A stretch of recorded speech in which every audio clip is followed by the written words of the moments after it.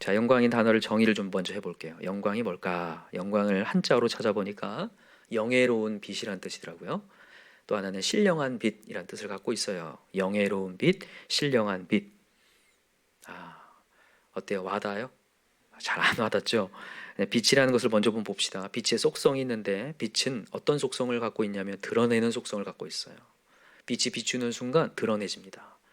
여러분 뮤지컬이나 연극 같은 거 보면 암전이 돼 있는 상태에서 갑자기 핀 조명이라고 해서 누구 하나를 꽉 비칠 때가 있어요. 암전 상태에서 조명이 딱 비춰지는 순간 주인공이 누군지를 아는 거죠. 야, 주인공이 슬퍼하거나 혼자 독백할 때 탁 비춰지면서 딱 드러나잖아요. 그죠? 그게 바로 드러냄. 영광이 바로 드러남이라는 거예요. 영광은 드러나는 거. 여러분, 그 예수를 믿는 연예인들이 한 번씩 어떤 상을 이렇게 받을 때, 대상 이런 것들 받을 때 보면 뭐라고 얘기하냐면 모든 영광을 다 하나님께 돌립니다 이렇게 얘기해요. 그때 여러분 기쁘죠? 아, 저분은 예수 믿는 분이구나 이렇게 생각하잖아요. 근데 그분들이 이제 그것을 의미를 갖고 이제 얘기하는지는 잘 모르겠어요. 근데 그 의미가 뭐냐면 하나님께 영광을 돌린다는 게 뭐냐면 하나님이 하셨습니다라는 고백이잖아요. 그죠? 하나님이 하셨습니다. 지금 여기에는 내가 있는 게 아니라 하나님만 드러나기 원합니다. 이런 고백이어야 돼요. 그죠? 하나님이 그걸 원하시죠. 여러분 하나님께서 천지를 창조하실 때 제일 먼저 뭘 창조하셔? 빛을 창조하셨어요. 왜 빛을 창조하셨을까요? 하나님을 드러내시기 위해서요. 하나님을 드러내시기 위하여서 빛을 제일 먼저 창조하셔요. 그리고 여러분 하나님이 천지를 다 만드신 다음에 어떻게 좋았더라고 얘기해요? 심히 좋았더라고. 왜 여러분 하나님이 심히 좋으실까요? 하나님의 능력이 마음껏 발휘되고 그것이 완전히 드러났기 때문에 좋으신 거예요. 하나님의 능력이 완전히 우리 인생 가운데 드러날 때 하나님이 제일 좋은 상태가 돼요. 여러분 우리 인간도 마찬가지입니다. 우리의 능력과 은사가요 마음껏 발휘될 때 그때 제일 좋은 상태가 돼요. 제일 좋은 상태.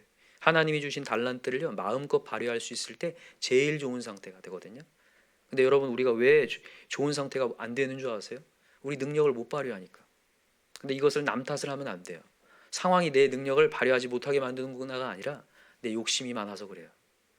내 죄로 말미암아 내가 욕심이 많아서 누군가를 경쟁하고 비교하다 보니까 고유한 내 사명이 아니라 계속 누군가 것을 내가 움키려고 하는 탐심이 생기고 욕심이 생기고 그러다 보니까 능력을 발휘하지 못하고 인생을 굉장히 어렵게 가거든요. 저는 그 유대인들이 교육을 시킬 때에 자녀들에게 너 고유한 것을 깨닫자. 그와 고유한 일을 하자. 너 옆집이 하는 거 똑같이 하지 말자. 그렇게 가르친 이유를 알겠더라고요. 그 영혼이 진짜 행복하게 하려고. 자기 능력을 발휘하여서 심히 좋은 인생 만들려고 그렇게 가르치더라고요. 이게 정말 맞는 것 같아요. 우리에게 하나님이 주신 것들을 마음껏 사용할 수 있을 때에 그게 제일 아름다움이 되고 행복하게 된다는 거죠. 다시 돌아와서요. 여러분 하나님이 자신을 드러내고 능력을 발휘할 때 가장 아름다운 심히 좋은 인생이 되고 심히 좋은 가정이 되고 심히 좋은 교회가 될 줄 믿습니다. 그래서 여러분 영광이 회복되어야 되죠. 여러분 하나님께서 이스라엘 백성을 선택을 해요. 왜 선택할까요? 이유는 딱 한 가지입니다. 하나님의 영광을 드러내시기 위해서요. 하나님의 능력. 그래서 이스라엘 백성을 애굽 땅에 종되었을 때 건져내시면서 몇 가지 재앙? 10가지 재앙이나 보내셔요. 얼마나 전능하심. 여러분 이 10가지 재앙은 그 당시에 있었던 애굽이 섬기고 있는 모든 신들을 하나씩 하나씩 제거해 가는 거죠. 이 게임에 보면 이게 계속해서 하나씩 하나씩 제거하다가 왕판 깨는 것처럼 이 막 깨다가 맨 마지막에 누구 깹니까? 장자를 죽이잖아요. 그죠? 장자. 그 당시에 파라오가 이 애굽의 최고의 신이었거든요. 파라오 왕이 최고의 신이었는데 그 왕의 아들 앞으로 후계자가 될 그 왕의 아들을 죽여버리면서 하나님의 마지막을 깨버리시는 거죠. 그렇게 해서 전능함을 드러내신 다음에 그런데도 불구하고 이 애굽이 정신을 못 차리고 나중에 쫓아오죠. 애굽 군대가 막 쫓아와서 이스라엘을 죽이려고 해요. 이스라엘 백성들은 가고 있을 때 그때 이스라엘 백성은 어떻게 합니까? 왜 우리를 이런 자리에 오게 해서 우리를 죽게 하느냐?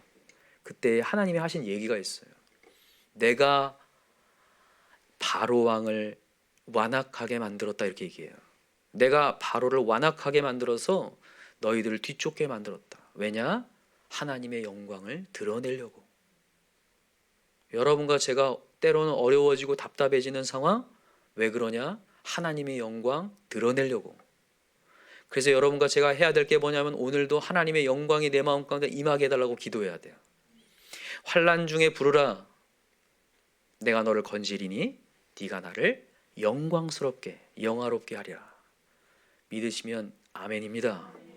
정말 여러분 오늘도 영광이 여러분 마음 가운데 확 채워져서 모든 어둠들이 다 물러가는 놀라운 역사가 다 일어났으면 좋겠습니다. 한번 찾아봅시다. 출애굽기 14장 한번 4절 14장 4절 한번 찾아보세요. 출애굽기 14장 4절입니다.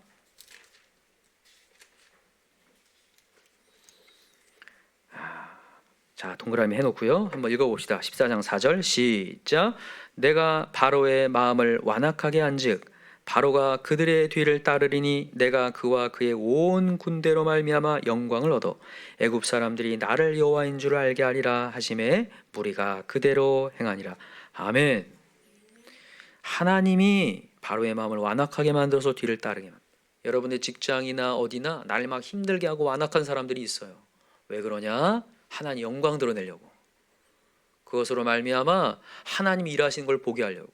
근데 우리는 착각을 해요. 내가 그걸 뭔가를 해보려고 하는데 너희는 가만히 있어 하나님 내 말지어다. 주님 앞에 부르짖으며 하나님의 역사를 기대하라는 거예요. 그럼 하나님이 나타나는 놀라운 역사가 일어난다는 것을 하나님 보여줘요. 여러분 하나님의 영광을 우리가 경험하잖아요. 그러면요 우리는 주님 앞에 무릎을 꿇을 수밖에 없어요. 너무 놀라워서요. 그걸 여러분 다 경험했으면 좋겠어요. 자, 오늘 본문에 보세요. 에스겔 선지자가 하나님의 영광을 보는 순간 어떻게 되는지 한번 봅시다. 자, 4절을 한번 읽어볼까요? 오늘 본문 돌아오세요. 에스겔 44장 4절 시작.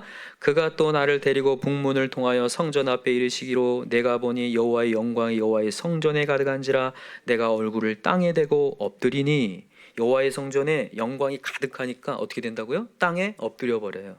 다리가 풀립니다. 너무 경이로우니까 다리가 막 발발 떨려요. 하나님의 영광을 딱 보면요. 모세가 출애굽기 33장에 보면 하나님의 영광을 보여달라고 막 기도를 해요.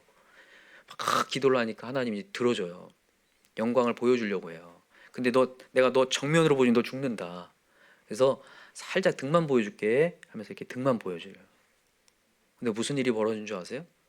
하나님이 정면으로 보여준 것도 아니고 등만 살짝 보여줬는데 모세가 그것을 보는 순간 얼굴이 광채가 돼버려요. 그래서 나중에 시내산에 내려와서 백성들을 대면하는데 백성들이 모세의 얼굴을 쳐다봐요? 못 쳐다봐요? 못 쳐다보니까 멀려. 수건을 가리죠. 그게 하나님의 영광인 거죠. 이게 그 경이로움이에요. 여러분 하나님의 영광을 경험하면 그렇게 된다는 거예요. 그 놀라움에 입을 다물 수가 없게 된다는 거예요.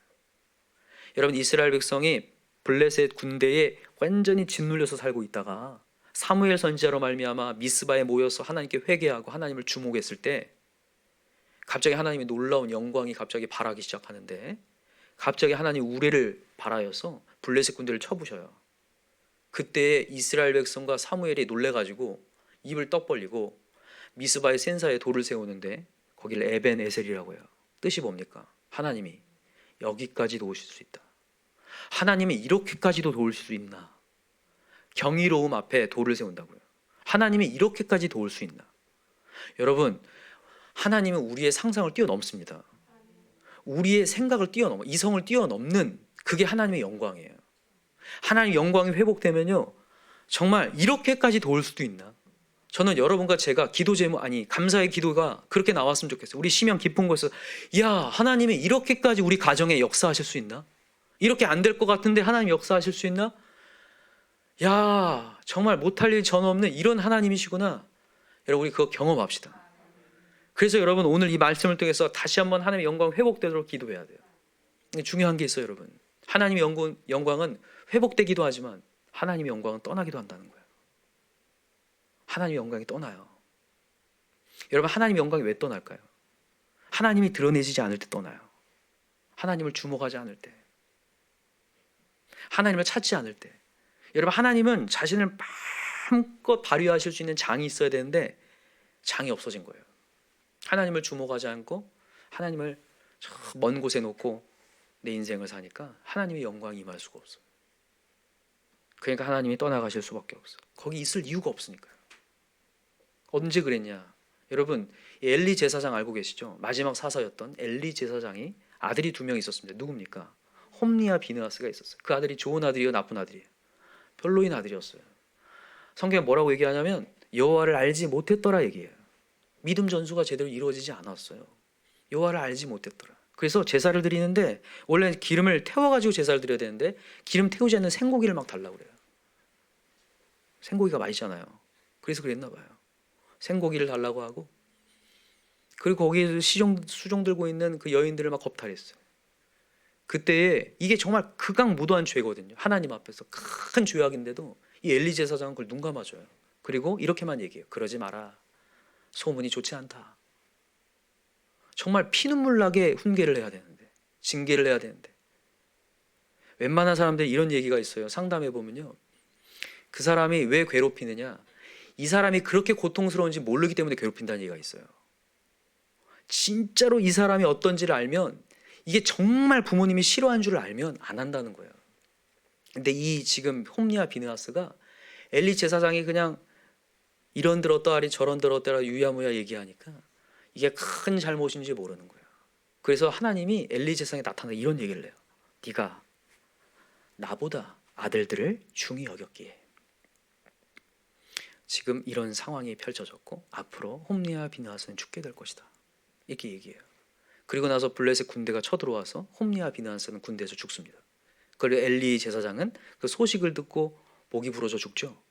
그때 비느하스 아내가 임신하고 있었는데 아이를 낳았어요. 이름이 뭡니까? 이가봇이라고 져요. 무슨 뜻이에요? 하나님의 영광이 떠났다.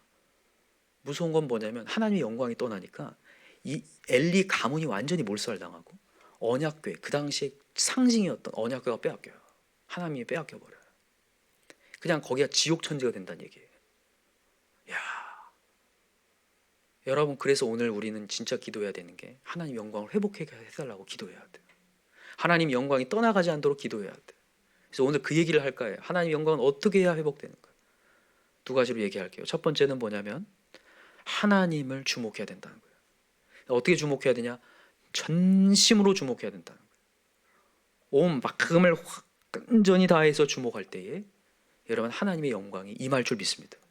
여러분, 원래 이스라엘 성전에 하나님의 영광이 가득 채워졌었거든요. 근데 하나님을 주목하지 않으니까 성전에서 하나님이 떠났어요. 그것을 에스겔 선지자가 환상으로 봤습니다. 한번 찾아볼까요? 에스겔 8장을 한번 가보세요. 8장 한번 5절 한번 읽어봅시다. 자, 에스겔 8장 4절부터 한번 읽읍시다. 에스겔 8장 4절.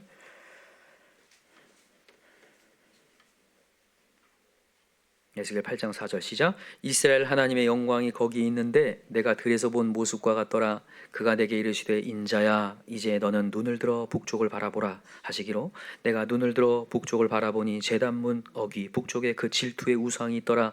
그가 또 내게 이르시되 인자야 이스라엘 족속이 행하는 일을 보느냐. 그들이 여기에서 크게 가증한 일을 행하여 나로 내 성소를 멀리 떠나게 하느니라. 너는 다시 다른 큰 가증한 일을 보리라 하시더라. 여기 보면 내 성소를 멀리 떠나게 한다고 돼 있죠. 뭐로 말미암아? 크게 가증한 일로 말미암아. 가증한 일이 뭔지 뒤에 나옵니다. 자, 10절 한번 읽어보세요. 10절 시작. 내가 들어가 보니 각양 곤충과 가증한 짐승과 이스라엘 족속의 모든 우상을 그 사방벽에 그렸고 이스라엘 족속의 장로 중 70명이 그 앞에 섰으며 사반의 아들 아사나 또 그 가운데 섰고 각기 손에 향로를 들었는데 향연이 구름같이 오르더라. 우상 숭배의 장이 된 거예요. 방이 가득 채워졌어요. 성전 안에 막 우상을 끌고 들어온 거죠. 세상의 것들을 끌고 들어와서 하나님을 주목하지 않고 그들 앞에서 막. 자, 여기 14절 한번 읽어보세요. 14절 시작. 그가 또 나를 데리고 여호와의 전으로 들어가는 북문에 이르시기로 보니 거기에 여인들이 앉아 단무스를 위하여 애곡하더라. 단무스, 바벨론의 신이거든요. 하나님께 우는 게 아니라 단무스 신의 앞에서 애곡을 해요. 절을 한다는 거. 이게 성전 안에서 이루어진 일들이었어요. 성전 안에서, 하나님의 성전 안에서, 예배하는 자리 안에서 이 마음이 하나님께 전심으로 가지 않고 전심이 아니라 머릿속에서는 다른 신을 갖고 있는 거예요. 세상 것들, 세상의 즐거움과 유흥과. 여러분, 바벨론의 신이든 아수르의 신이든 모든 신전의 신들은 다 어떤 신이었냐면 유흥을 담당하는 신들이었어. 향락을 담당해요. 그래서 눈에 보이게 그 그 신전에 있는 여인들이 그 막 행음하는 것을 보면서 막 향락을 즐겼거든요. 그런 신들이 막 성전 안에 가득했다는 거예요. 우리가 정말 우리 마음 가운데 하나님의 전심으로 예배하는 게 아니라 세상의 향락과 세상의 즐거움을 머릿속에 갖고 들어올 수 있다는 거죠. 그때 하나님께서는 영광이 떠난다는 거예요. 자, 한번 읽어봅시다. 17절 시작. 또 내게 이르시되 인자야 내가 보았느냐 유다 족속이 여기에서 행한 가증한 일을 적다 하겠느냐. 그들이 그 땅을 폭행으로 채우고 또다시 내 노여움을 일으키며 심지어 나뭇가지를 그 코에 두었느니라. 그러나 나도 분노로 갚아 불쌍히 여기지 아니하며 긍휼을 베풀지도 아니하리니 그들이 큰 소리로 내 귀에 부르짖을지라도 내가 듣지 아니하리라. 아멘. 이제 더 이상 긍휼을 베풀지 않고 자비가 없다. 이제 무부자비한, 여기는 정말 말 그대로 사랑이 식어진 지옥이 된다는 거예요. 하나님의 영광이 떠나가니까. 이게 진짜 무서운 거죠. 근데 놀라운 감사가 있습니다. 오늘 본문이 너무 감사인데 여러분, 하나님이 다시 돌아오셨잖아요. 여러분, 동쪽 문으로 하나님께서 나가셨거든요. 영광이 떠나가셨다고요. 근데 하나님이 다시 돌아보셔요. 자, 한번 44절 보세요. 44절, 아니 44장 가봅시다. 오늘 본문 44장. 자, 1절부터 한번 읽어봅시다. 하나님이 어떻게 되시나. 44장 1절 시작. 그가 나를 데리고 성소의 동쪽을 향한 바깥문에 돌아오시니 그 문이 닫혔더라. 하나님이 뭐 했다고요? 돌아오셨다는 거예요. 너무 감사하죠. 동그라미 해놓으세요. 정말 돌아오시니에다가 이게 박스를 해놓으세요. 하나님이 돌아오셨다는 거예요. 놀라운 거예요.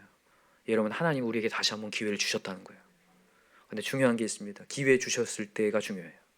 하나님이 당부의 메시지를 합니다. 여기서부터 여기 잘 들어야 될 메시지예요. 잘 들으세요, 여러분. 자, 2절부터 읽읍시다. 시작. 여호와께서 내게 이르시되 이 문은 닫고 다시 열지 못할지니 아무도 그리로 들어오지 못할 것은 이스라엘 하나님이 나 여호와가 그리로 들어왔음이니라. 그러므로 닫아둘지니라. 아멘. 닫아두라는 거예요. 여러분, 왜 닫아두라고 할까요? 하나님 영광이 빠져나가지 못하도록. 여러분, 하나님이 회복하셨거든요. 우리 마음 가운데 다시 한번 영광을 보여주셔요. 근데 뭐 하라고 하냐? 닫아두라고 해요. 닫아두라고 하면서 하나님 무슨 당부를 하는지 5절에 나와요. 5절 읽어봅시다. 시작. 여호와께서 내게 이르시되 인자야 너는 전심으로 주목하여 내가 내게 말하는 바 여호와의 성전의 모든 규례와 모든 율례를 귀로 듣고 또 성전의 입구와 성소의 출入전심으로 주목하고. 여기 전심으로 주목하고 두 번 나와요. 자, 밑줄을 한번 거놓으세요. 전심으로 주목하고 한 번, 두 번 나오죠. 첫 번째 전심 주목, 어디를 주목하라고 하냐면 하나님 말씀을 주목하라고 해요. 말씀을 귀로 듣고라고 돼 있죠. 여러분, 하나님 말씀 듣는 게 중요하죠. 하나님을 24시간 바라보는 건 너무 중요하죠. 그게 첫 번째 중요함이에요. 전심으로 주목할 때 우리 하나님을 주목해야 돼요. 두 번째 주목할 거는 여기 보니까 성전의 입구와 성소의 출구를 전심으로 주목하래요. 무슨 주목일까요? 그 출구는요, 세상이 들어오는 출구예요. 세상에 들어오는 입구라고요. 그거를 차단하라는 거예요. 여러분, 우리가 주목해야 될 게 그거예요. 항상 하나님의 영광을 회복했다면 세상 것들이 들어오지 않도록 항상 경계해야 돼요. 세상 것들. 여기 보세요. 이제 세상 것들이 뭐가 들어올 수 있는지를 하나님께서 얘기하셔요. 7절 보세요. 7절 보세요. 너희가 마음과 몸에 할례 받지 아니한 이방인을 데려오고 내 떡과 기름과 피를 드릴 때 그들로 내 성소 안에 있게 하여 내 성전을 더럽힘으로 너희 모든 가증한 일 외에 그들이 내 언약을 위반하게 한 것이 되었으며. 누굴 데려왔다는 거예요? 마음과 몸에 할례 받지 아니한 이방인을 데려왔다. 무슨 얘기냐? 세상을 얘기하는 거예요. 세상을 데리고 왔다는 거예요. 세상 것들을 데리고 와서 더럽혔다라는 거예요. 무슨 얘기를 하는 거냐면 여러분, 세상에 대한 미련이 남았다는 거예요. 여러분, 여기 입구를 막지 않고 열어둔다는 것은 미련이 남아서 그래요. 미련이. 여러분, 미련이 남는 순간 반드시 사단에 넘어집니다. 죄악에 대한 미련이 남는 순간 반드시 넘어져요. 여러분, 어떤 분들이 이렇게 저한테 얘기할 때가 있어요. 목사님, 말씀을 듣고 나니 진짜 신앙생활이 무엇인지를 알게 되었습니다. 근데 때로는 이런 신앙을, 이런 진리를 몰랐었던 때로 돌아가고 싶을 때가 있습니다 라는 얘기를 해요. 차라리 몰랐었으면 더 괜찮지 않았을까. 신앙이 참 좁은 문이고 참 고군분투해야 되는 길이기에 참 부담스러워서 그렇게 몰랐었던 때, 그때도 그냥 대충 신앙생활해도 별 문제 없이 잘 살았는데 진리를 알고 나니 참 무겁게 느껴질 때가 있습니다 라면서 미련을 남기는 얘기를 해요. 여러분, 이건 정말 무서운 고백이에요. 이런 어떤 고백이냐면 이런 거와 똑같습니다. 롯의 아내가 지금 소돔과 고모라가 멸망당하고 있는데 뒤를 보라고 했어요? 보지 말라고 했어요? 뒤로 왜 보지 말라고 한 거예요? 미련을 남기지 말라는 거거든요. 미련을 남아서 뒤를 보는 순간 뭐가 됩니까? 소금 기둥이 되죠. 그들과 한 몸이 돼버리죠. 같이 멸망당하죠. 여러분 이거랑 똑같아요. 지금 소돔과 고모라가 멸망당하고 있는데 그거가 아직도 미련이 남아서 돌아보고 있는 게 방금 아까 전에 고백한 그 사람하고 똑같아요. 내가 차라리 진리를 몰랐었던 때로 가고 싶을 때가 있습니다는 내가 멸망으로 가겠다는 거예요. 그 사람은 지금 영적으로 깨어나 있지 않기 때문에 그걸 못 보고 있는 거예요. 우리가 그럴 수 있어요. 여러분 우리가 예전에 은혜를 받기 전에 술자리나 유흥의 자리가 함께 노는 자리가 너무 좋아요. 근데 은혜를 발견하고 하나님의 진리의 거룩에 대한 임하잖아요. 그 술자리가 정말 멸망의 자리라는 걸 봐요. 이게 앞으로 다 불태워질 것이 보여요. 이게 사단이 꽉 죄고 있다는 게 보여요. 이것으로 말미암아 가정이 분열되고 깨지는 게 보여요. 하나님의 은혜가 부어지고 거룩이 임하면요. 그게 보인다니까요 정말. 근데 영적으로 눈이 가리잖아요. 그럼 그게 미련이 남아요. 아 내가 차라리 주님 안 만났다면 저 술자리 가서 한번 하는데 한잔 하는데 시원하게 한잔 하는데 저 사람들하고 한번 회포도 푸는데 이 미련이 남아요. 왜 그런 줄 아세요? 영적인 눈이 가려져서 그래요. 내가 계속 죄를 끊지 못한 이유가 뭔지 아세요? 이게 멸망의 자리라는 게 안 보여요. 이렇게 가다가 내 영이 정말 쪼그라들어가지고 내가 끝날 게 안 보이기 때문에 그 짓을 하는 거예요. 계속 안 끊어지고 계속 그 죄를 붙들고 가는 거예요. 미련이 남아서. 아까 그렇게 고백을 한다니까요. 정말 아 차라리 이렇게 막 열심히 주님을 만나고 하나님을 찾고 24시간 동행하지 않아도 별반 다르지 않게 살았는데 그렇지 않습니다. 마지막은 반드시 사망이라고 했어요. 그게 영적으로 우리가 보여야 돼요. 아 이렇게 가다가는 무너지는구나가 보여야 돼요 사실. 근데 그거를 사단이 가린다니까요. 정말 가려버려요. 그래서 여러분 입구를 막고 정말 거기에 미련을 두지 말아야 돼요. 여러분 미련을 두는 모습을요 사단은 금세 압니다. 여러분 사단은 우리가 틈이 있다는 것을 귀신같이 알아요. 사단이 귀신이니까요. 진짜로 그 틈이 귀신이란 귀신같이 안다고요. 그래서 이 사람이 정말 미련이 있구나 확 들어옵니다. 확 열어버려요. 입구를 확 여는 순간 무너지죠. 틈을 비집고 들어와서. 여러분 명심하세요. 여러분 하나님이 회복했다고 끝난 게 아니에요. 항상 구원은 두렵고 떨림으로 이루어 가라고 하셨어요. 한번 찾아봅시다. 히브리서 6장입니다. 오늘 말씀을 조금 더 잘 들으셔서 우리가 다시 한번 살아났으면 좋겠는데 히브리서 6장 4절입니다.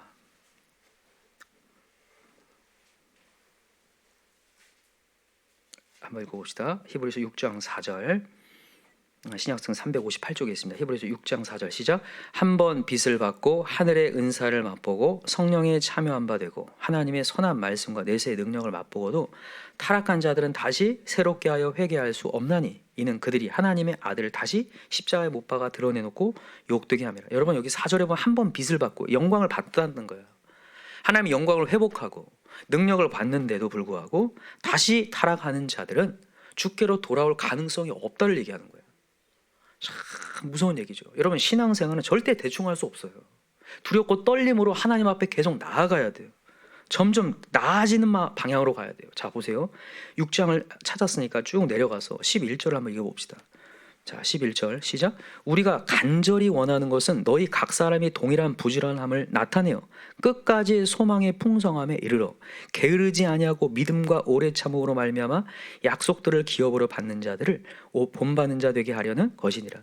지금 이 히브리서 기자가 얘기하는 거예요. 우리가 진짜 간절히 원하는 게 뭐냐? 진짜 부지런함으로 말미암아 그 소망의 풍성함을 끝까지 갖고 가서 게으르지 않고 그것을 끝까지 유지하는 거. 믿음 상태를 유지하는 것을 제일 원한다 이렇게 얘기하는 거예요. 여러분 신앙생활은 항상 풍성으로 점점 나아가져야 됩니다. 여러분 라오디게아가 하나님께 책망을 받죠. 왜 책망받습니까? 차갑지도 않고 더웁지도 않은 뜨뜻미지근한 신앙을 책망받잖아요. 근데 뭐라고 책망받냐면 내가 너를 토해버리리라 이렇게 얘기해요. 끊어진다는 얘기예요. 신앙생활을 그냥 미련 남아서 뒤를 돌아보고 한번 세상도 갔다가 끊어진다를 얘기하는 거예요. 그래서 정말 경각심을 갖지 않으면 무너진다를 얘기해요. 신앙은 점점 장성한 분량으로 나아가서 정말 하나님의 역사를 경험해야 돼요, 계속. 그래서 여러분, 우리는 지금 잘 가고 있습니다. 여러분, 새벽의 자리에 와서 주님께 기도하고 말씀을 읽고 주님을 찾고 계속해서 그것을 여러분 이렇게 하나님과 대면하는 시간을 계속 갖는 거 너무 중요하다는 거예요. 그러니까 여러분, 이거에 대한 이게 꼭 뭔가 잘못됐나 이러지 않으셨으면 좋겠어요. 여러분, 아까 전에 우리 에스겔 말씀해 보니까 이 입구로 누가 들어온다고 했어요? 마음과 몸에 할례받지 않은 이방인이 들어온다고 했죠. 마음과 몸을 뭘 얘기하냐? 육적 그리스도인을 얘기하는 거예요. 그리스도인 척하는 사람들, 그런 사람들 여러분 세상에 많습니다.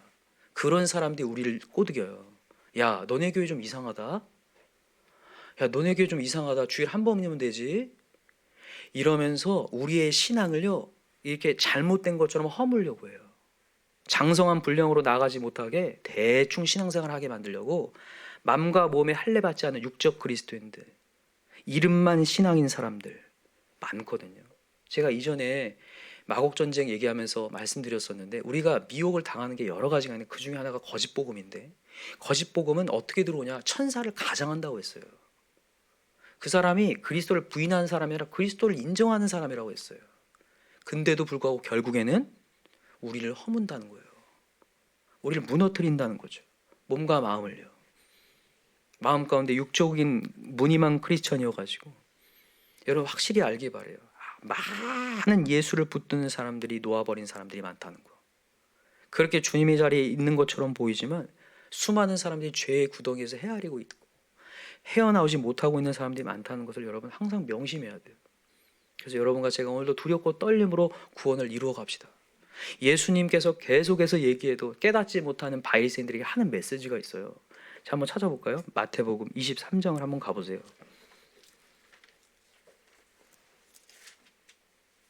제대로 깨닫지 못하는 바리새인들, 말씀을 맨날 읽고 있는 것처럼 보이지만 자기 안에 진정한 죄악을 뭔지 모르고 육적인 크리스천으로 무늬만 크리스천으로 사는 사람들에게 하는 메시지가 있다고요. 자, 마태복음 23장을 한번 보세요.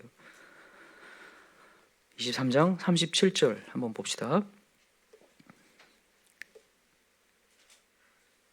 23장 37절 시작. 예루살렘아 예루살렘아 선지자들을 죽이고 내게 파송된 자들을 돌로 치는 자여, 암탉이 그 새끼를 날개 아래 모음같이 내가 내 자녀를 모으려 한 일이 몇 번이더냐. 그러나 너희가 원하지 아니하였도다. 보라, 너희 집이 황폐하여 버려진 바 되리라. 내가 너희에게 이르노니 이제부터 너희는 찬송하리로다.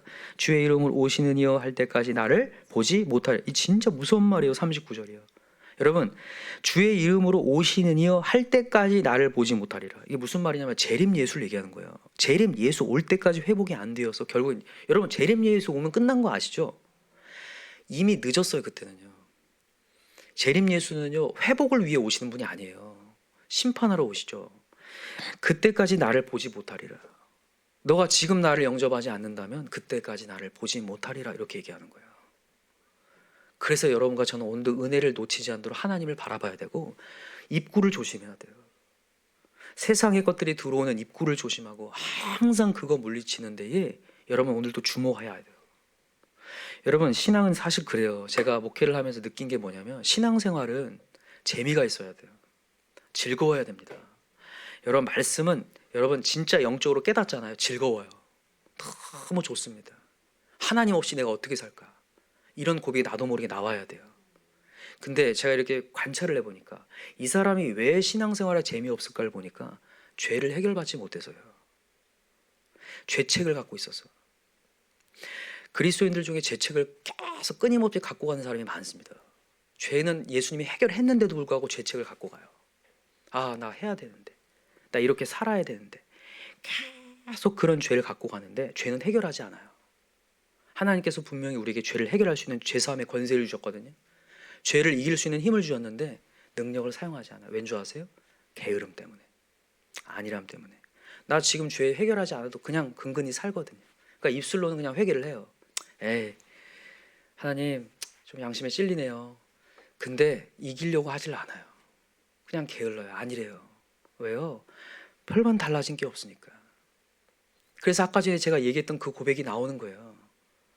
나 차라리 옛날 그냥 대충 신앙생활하고 주일만 한 번 와서 잠깐 했을 대로 돌아가고 싶을 때가 있습니다. 이런 고백을 하게 되는 이유가 그거예요. 영적으로 무뎌지고 내가 지금 영적으로 화인을 맞아서 무너져 가는지도 모른 채 그냥 옛날에 좋은 것처럼 보여지는 롯의 아내같이 뒤를 돌아보다 소금 기둥이 되어가고 있는지 모른 채 멸망의 도시를 향해서 가고 있는 모습을 볼 때가 있단 말이에요.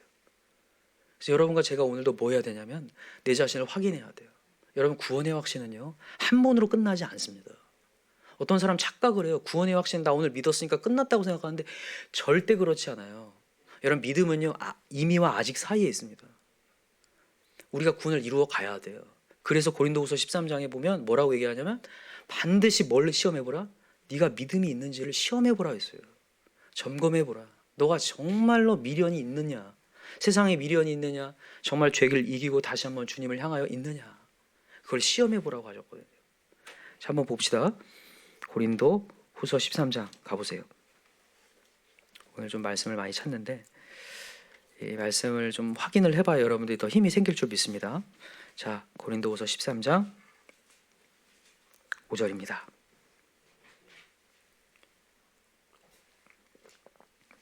고린도후서 13장 5절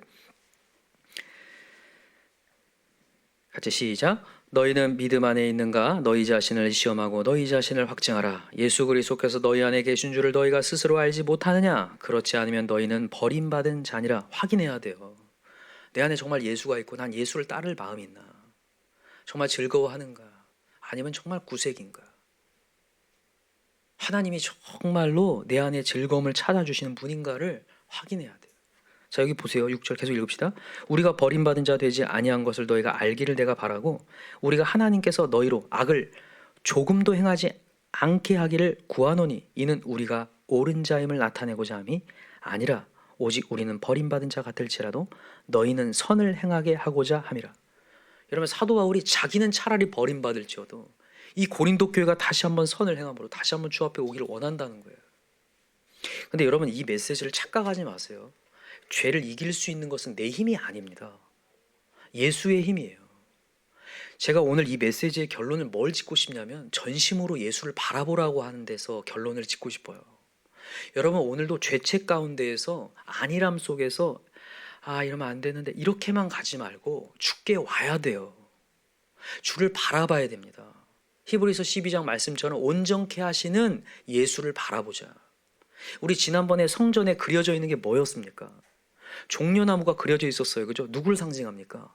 예수님. 그리고 옆엔 누가 있어요? 하나는 사람의 얼굴이 있고 하나는 사자의 얼굴이 있었어요. 사자는 뭘 상징한다고 했어요? 힘과 용기요. 두려움을 이길 수 있는 힘과 용기는 종려나무 예수를 바라볼 때라는 거예요. 우리의 지혜, 이 세상을 이길 지혜, 이 지혜는 예수를 바라볼 때라는 거예요. 그래서 여러분과 제가 오늘도 주님 앞에 나와 기도를 통하여서 능력을 받아야 돼요. 영광을 회복하려면 주께 와야 된다고요. 그 얘기 하고 싶은 거예요. 죄책이 있는데 죄를 해결받지 못했는데 어둠이 있는데 그냥 그렇게 끌아리고 있으면 안 돼요. 여러분, 세균이든 암덩어리든 끌아리고 있으면 그건 골마 터져서 죽습니다. 숙주를 죽이는 게 바이러스잖아요. 죽여버려요. 그거를 몰아내야 되거든요. 몰아내려면 우리 힘으로 안 되고 예수의 능력이 내 안 가운데 부어져야 되거든요. 그러니까 여러분과 제가 해야 될 거 뭐냐면 정말 전심으로 주목하여서 하나님 바라보는 거. 예수를 바라볼 때 우리가 살 줄 믿습니다. 그래서 성경은 계속 바라보라는 얘기를 굉장히 많이 해요. 불뱀에 물린 자에게 노뱀을 달아가지고 노뱀을 바라보라고 하잖아요. 계속 또 바라보라. 예수 바라보라. 말씀으로 또 돌아가자. 저는 우리 교회의 안전장치를 계속 만들어가고 있는데 안전장치 있으면 여러분 감사를 좀 하시나요? 새벽에 있음에 감사하고 나를 케어해주는 목회자가 있음에 감사하고 문자가 오매 감사하고 나를 전화해줌에 감사하고 연락해줌에 감사했으면 좋겠어요. 이 시대가요, 아까 전에 제가 고독사 얘기했었는데 여러분, 이 시대가 되게 간섭받는 걸 싫어하는 시대예요. 여러분, 이런 간섭 좋은 간섭이에요. 여러분, 우리 고독사 당하지 말. 이거는요 그냥 육체적인 고독사가 문제가 아니라 신앙적 고독사들이 너무 많다니까요. 지금 요즘에 가난한 성도라고 해서 안 나가는 분들이 많잖아요. 케어를 못 받아가지고 저는 그게 너무 안타까워요. 그분들이 어떤 것을 선택하지 못하여서 전전긍긍하고 있는 모습이 너무 안타까운데, 지금 서로를 위하여서 간섭을 하여서 서로에게 정말 관심을 갖고 케어해 줄 수 있는 공동체가 있다는 건 너무 감사한 일이고, 우리 서로 세워갑시다. 그래서 여러분, 이 안전장치를 여러분 감사하셔서 여러분 예배 자리에서 항상 예수를 바라볼 수 있는 자, 또 무너졌다면 다시 한번 하나님 말씀의 자리로 돌아와서 하나님 저를 살려주십시오. 중요한 건 여러분 게으르지 마세요. 육체를 철어 복종해야 돼요. 육체가요 편안해지면 절대로 은혜가 떨어집니다. 편안해지면 무너져요. 그래서 여러분과 제가 오늘도 예수를 바라볼 때 살아난 역사가 일어날 줄 믿습니다. 두 번째입니다. 두 번째는 우리가 어떻게 영광이 회복되는가, 하나님의 영광이 회복되는가, 맡겨진 사명을 충성할 때 회복된다는 거예요. 맡겨진 사명을 충성할 때. 왜 그럴까요? 여러분, 사명은 누가 주시는 걸까요? 하나님 줍니다. 하나님이 주시는데, 여러분, 하나님이 우리 제일 많이 아시죠? 우리 제일 잘하시는 분 하나님입니다. 여러분, 혹시나 이 세상에 누가 나를 제일 잘하는 것 같아요? 부모님이 나를 제일 잘하는 것 같아 보이고, 남편이 나를 알아하는 것 같아요.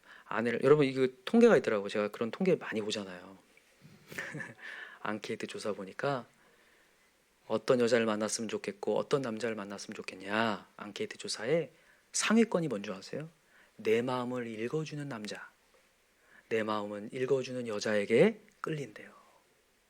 이제 물어보겠습니다. 그 남자가 그 여자의 마음을 계속 읽어줄까요? 읽어두다가 책을 덮을까요? 책을 덮지 않겠습니까? 계속 안 읽어줘요. 인간의 그 한계가 있다는 거예요. 안 읽어줘요. 여러분, 우리를 제일 잘하는 분은 하나님이셔요. 그 하나님이 우리가 어디 있어야 되고 무슨 일을 해야 되는지 적재적소에 사명을 넣어주신 분이 하나님이에요. 그래서 여러분은 하나님이 맡겨주신 자리에 있을 때 제일 빛을 발하고 아름다워요. 영광이 돼요. 여러분, 우리의 사명이 뭡니까? 제일 큰 사명이 뭐냐면 대위임 명령이에요. 가서 제자 삼으라. 여러분, 왜 이걸 위임 명령이라고 할까요? 원래는 예수님이 하셔야 되는데 예수님이 승천하시면서 우리에게 힘 주시고 가셨어요. 내가 너한테 위임한다. 너가 가서 제자 삼으라.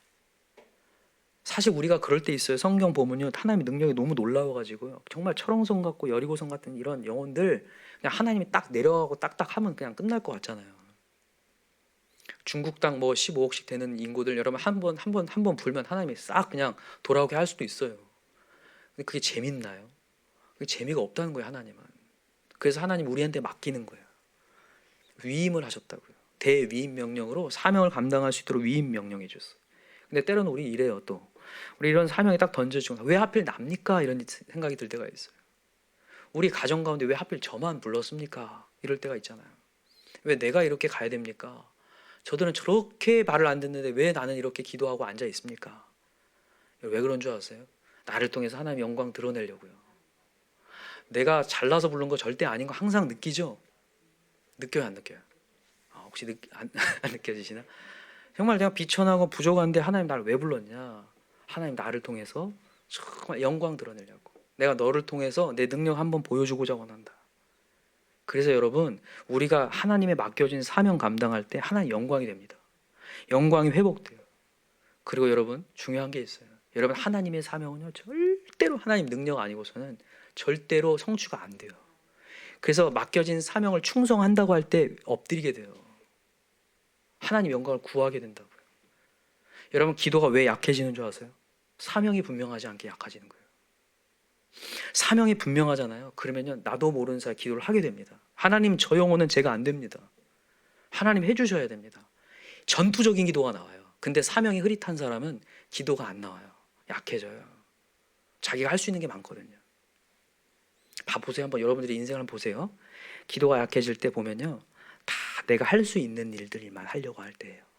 내 머릿속 계산해서 하려고 할 때, 그때는 절대로 기도가 안 나와요. 근데 하나님 맡겨주신 사명이 내가 분명해지고 영혼을 살려야겠다는 마음이 분명해지는 순간, 여러분, 우리의 기도가 강력해지거든요. 하나님이 하셔야 됩니다.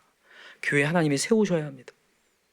여러분, 오늘 본문에 보면 제가 이 얘기를 왜 하냐면, 이 에스겔의 선지자가 무엇을 보냐면 레위 제사장들에게 직분을 다시 한번 맡기는데 두 부류로 나눠져요. 하나는 사독 자손의 계보에 있는 제사장들과 그 외의 계보로 나눠지는데, 사독 자손의 계보는 하나님 앞에서 항상 그 자리를 지켰다라는 거예요. 근데 그 외의 레위 지파는 지키지 않았다라는 거예요. 우상을 숭배하며 인도하지 않았다고 얘기합니다. 자, 한번 읽어봅시다.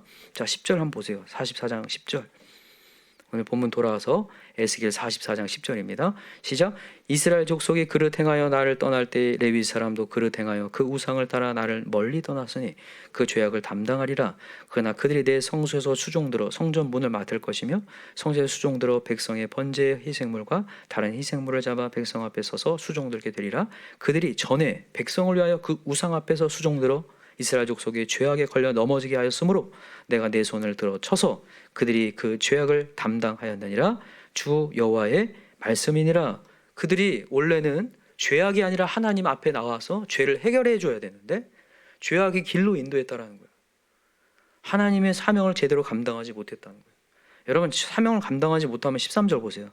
그들이 내게 가까이 나와 제사장 직분을 행하지 못하며 또 내 성물 곧 지성물을 가까이 오지 못하리니 그들이 자기의 수치와 그 행한 바 가증한 일을 담당하리라.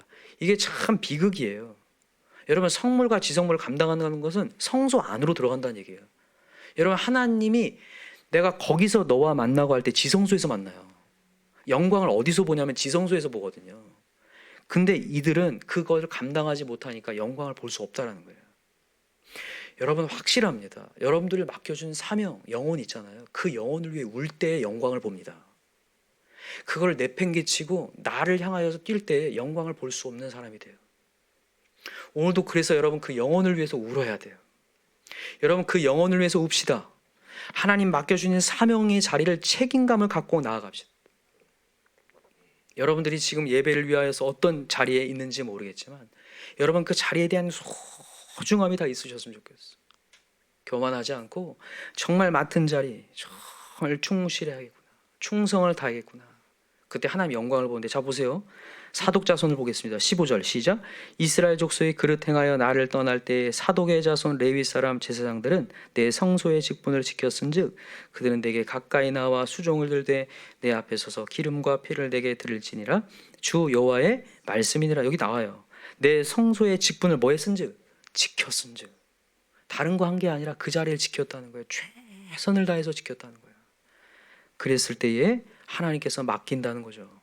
근데 여기에 우리의 궁금증이 생기는데 그 뒤에 하나님의 거룩에 대한 요구를 해요. 자, 16절 보세요. 그들이 내 성소에 들어오며 또 내 상에 가까이 나와 내게 수종들어 내게 맡긴 직분을 지키되 그들이 안뜰문에 들어올 때나 안뜰문과 성전 안에서 수종들 때 양털옷을 입지 말고 가는 베옷을 입을 것이고 또 머리를 쓸 때에는 가는 배 바지를 입고 땀나게 하는 것을 입지 말고, 또 여기 쭉 내려가 보면 머리털을 밀지도 말고 길게 자라기도 말고 머리털을 깎기만 할 것이고 포도주 마시지 말고 22절에 과부나 이혼한 여자하고 만나지 말고, 계속 얘기를 엄청 많이 해요. 이거 쭉 듣고 나면 어때요 여러분? 차라리 직분을 지키지 말걸. 직분을 지켰더니 요구하는 게 더 많아지셨네. 여러분, 그 얘기 아니에요. 여러분, 하나님은요, 하나님이 쓸만한 사람에게 더 요구하신 하나님이에요. 왜냐하면 하나님은 그 영광만큼이거든요. 그 무게를 견디라는 거예요. 여러분, 우리 교회가 더 기도해야 될 줄 믿어요. 저는 우리 교회가 하나님 앞에 더 쓰임받는 역사가 분명히 있을 것 같은데 그래서 우리에게 더 기도를 요구하실 것 같아요. 혹시나 여러분들 가운데 마음 가운데 부담감을 더 주시고 이상하게 나에게 더 기도하게 하시고 더 말씀 보게 하신 이유가 있다. 지금 이 내용이에요. 하나님이 우리를 통해서 뭔가를 쓰려고 하거든요. 역사를 쓰려고. 여러분, 이스라엘 백성들이 그렇게 고통받을 때 하나님의 모세를 딱 빼냅니다. 그래서 40년 동안 왕궁의 수업을 받게 하고 40년 동안 광야 훈련 받아요. 하나님이 그를 향하여서 뭐 하려고? 영혼 살리려고 하나님이 쓰는 거거든요. 여러분들을 그냥 지금 기도시키는 거 아닙니다. 내가 지금 기도해도 뭐가 달라지는 것도 없고, 여러분 그러지 마세요. 왜 하필 나는 여기서 이런 교회를 만나서 기도를 할까? 그지 대영아? 내가 어떻게 이런 교회를 만나서 새벽에 주님이 와야 되나? 나는 정말 다시 한번 생각을 해요. 아, 하나님이 뭔가를 준비하시는구나. 야, 진짜 여러분 이거는 정말 믿으셨으면 좋겠어.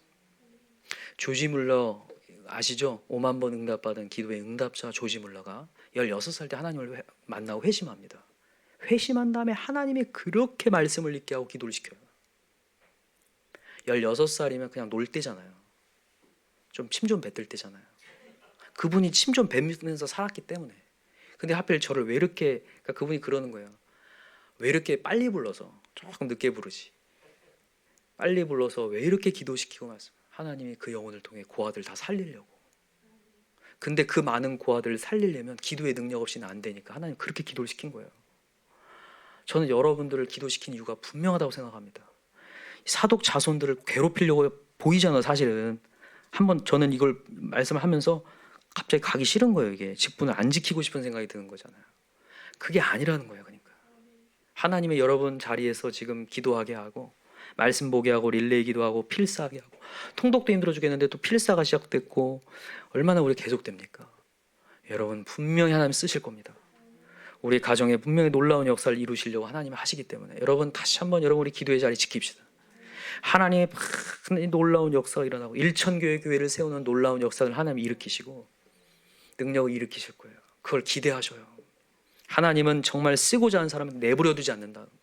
분명히 데리고 와서 거룩을 시도하게 하시고 거룩을 훈련하게 하시고 더 기도하게 하시고 더 엎드리게 하시고 더 무릎 꿇게 하신다는 것을 여러분 항상 마음 가운데 하나님 마음을 품어야 돼요. 세상에 미련 두지 말고 저 입구를 딱 보면서 한번 저쪽 가볼까? 이러지 마세요. 난 거룩을 더 준비해야지. 더 거룩을 준비해야지. 청년의 정욕을 피해야지. 더 깨끗하게 성결하게 준비하여서 하나님의 강력한 파워를 발휘해야지. 여러분 이런 마음으로 나아갈 때에 여러분 우리 기도의 자리가 재밌을 줄 믿어요. 그리고 영광이 회복되고 능력이 회복되어서 이제 우리 가정들이 분명히 다 죽게 돌아온 날이 올 줄 믿습니다. 여러분 정말 믿으시나요? 오래 참는 자, 오래 참고 더딜지라도 기다리며 하나님을 찾는 자 반드시 성취하시는 하나님을 보게 될 줄 믿습니다. 저는 우리 교회가 분명히 이 사명을 감당하는 교회가 될 줄 믿어요. 여러분 교회가 사명을 감당하지 않으면 하나님은 교회를 없애더라고요. 저 그걸 너무 많이 봤어요. 교회는 반드시 영혼을 살리는 교회여야 되고 선교하는 교회여야 돼요. 우리 교회 계속 주는 교회 됩시다. 여러분 열심히 일해서 우리 선교합시다. 열심히 기도해서 영혼 구원합시다. 그렇게 해서 우리 교회가 제대로 된 사명 감당하고 영혼을 살릴 수 있는 그런 교회가 다 되었으면 좋겠습니다. 이 시간 같이 기도했으면 좋겠는데 여러분 하나님은 어떻게 해서라도 자신을 드러내고자 원하셔요. 근데 하나님을 찾고 주목할 때 아무도 하나님을 찾지 않고 있을 때 하나님을 독대하는 자리에 희열을 좀 느끼셨으면 좋겠어. 남들과 함께 기도하는 자리에서만 기도하지 말고 정말 홀로 하나님과 독대하면서 전심으로 하나님을 주목하면서 하나님 내가 하나님의 영광을 보기 원합니다. 에벤에셀의 하나님 이렇게까지도 역사하실 수 있군요를 정말 경험하기 원합니다. 정말 그의 능력을 좀 회복하게 해달라. 더 하나님을 전심으로 바라보고 세상을 향한 미련을 좀 내려놓을 수 있게 해달라. 죄를 이길 수 있는 파워가 있게 해달라고 우리 이 시간 간절히 기도하시고, 또 하나는 맡은 바 구할 것은 충성인 줄 믿습니다. 아까 전에 우리 고린도전서 4장을 안 찾아봤는데 다 알고 계시죠? 맡은 바 구할 것은 뭐죠? 충성. 하나님 충성을 다하게 도와주십시오. 정말 하나님 내가 지금 기도하라고 하는 이유가 무엇입니까? 날 쓰시려고 하는 거 아니겠습니까? 왜 나를 하나님 말씀 자료로 인도하시고 훈련하십니까? 나를 쓰려고 하는 거 아니겠습니까? 의미 없이 하지 않게 하시고 이것을 통해서 발휘할 수 있는 힘이 되게 해달라고 두 가지 놓고 기도합시다. 우리 정말 미련을 내려놓고 정말 하나님 주목하게 해달라고, 충성을 다하는 자 되게 해달라고 우리 주여 삼창 간절히 부르고 기도합시다. 주여 주여 주여 하나님